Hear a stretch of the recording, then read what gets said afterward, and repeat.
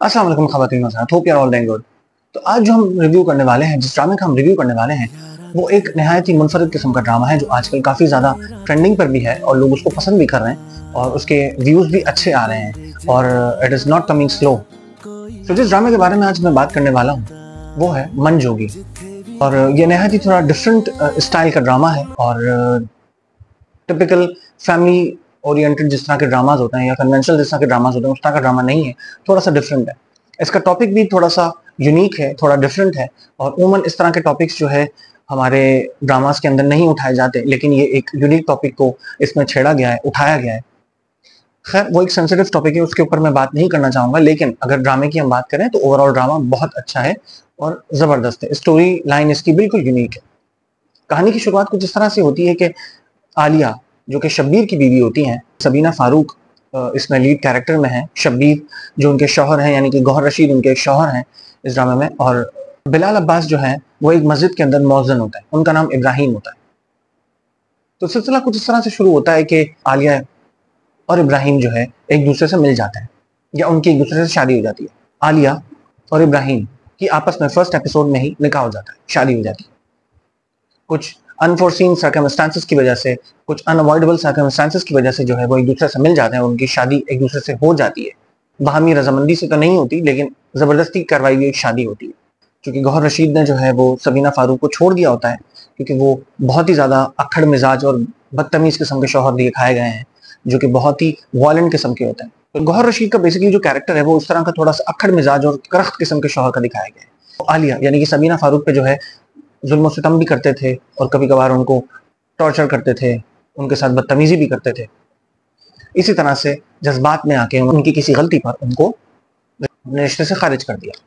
अब उनको जब इस बात का पछतावा हुआ तो फिर उन्होंने जो है सोचा कि बली का बकरा जो है वो ऐसा ही शख्स होना चाहिए जो कि आसानी से मेरी शर्तों को मान जाए और जो मेरी रोटियों पे पल रहा हो। तो इब्राहिम यानी कि जो मस्जिद के मौज़िन थे बिलाल अब्बास, उनसे ज्यादा बेहतर शख्स उनकी नजर में कोई नहीं था, क्योंकि वो उन्हीं की रोटियों पे पलते थे। तो स्टोरी जो है बेसिकली इसी चीज के ऊपर घूमती है। तो वो इब्राहिम से बात करते हैं कि तुम मुझसे शादी कर लो। तो बेसिकली इस टॉपिक को छेड़ा गया है, जो कि थोड़ा सेंसिटिव टॉपिक है, लेकिन अगर हम इसके अलावा बात करें तो ड्रामा बहुत अच्छे तरीके से फिल्माया गया है, इसको निभाया गया है ड्रामे को। एक्टर्स की एक्टिंग बहुत अच्छी है, बिलाल अब्बास ने, सबीना फारूक ने अपने किरदार को बहुत अच्छे तरीके से निभाया है। तो खैर हम स्टोरी पर वापस आते हैं। तो उनकी शादी इत्तफाकन पहले एपिसोड में हो जाती है। Due to these unavoidable circumstances और ज़बरदस्ती की शादी उनकी हो जाती है, उनका निकाह हो जाता है या करवा दिया जाता है। अगर और लफ्ज़ों में आप कहें तो उनका निकाह करवा दिया जाता है। तो ऑब्वियसली सी बात है कि वो जो है एक दूसरे के साथ अंडरस्टैंडिंग और जहनी हम आहंगी तो होती नहीं उनमें। तो वो चूंकि इतने वायलेंट किस्म के शौहर में, सबीना फारूक जो है उनके पास दोबारा नहीं जाना चाहती।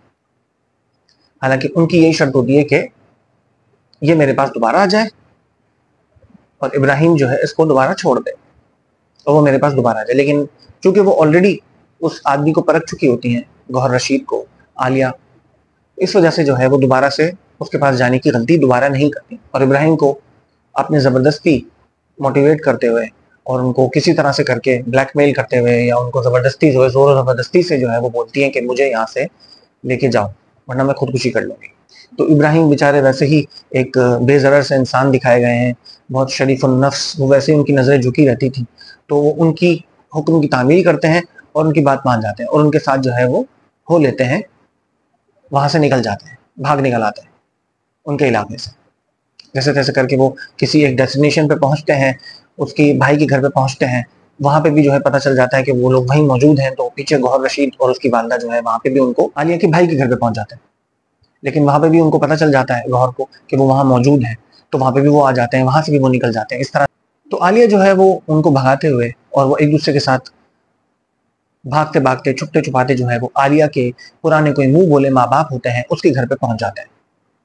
उनके पास रहने की जगह तो नहीं होती, लेकिन वो एक बंदोबस्त करवाते हैं हॉस्टल में रहने के लिए।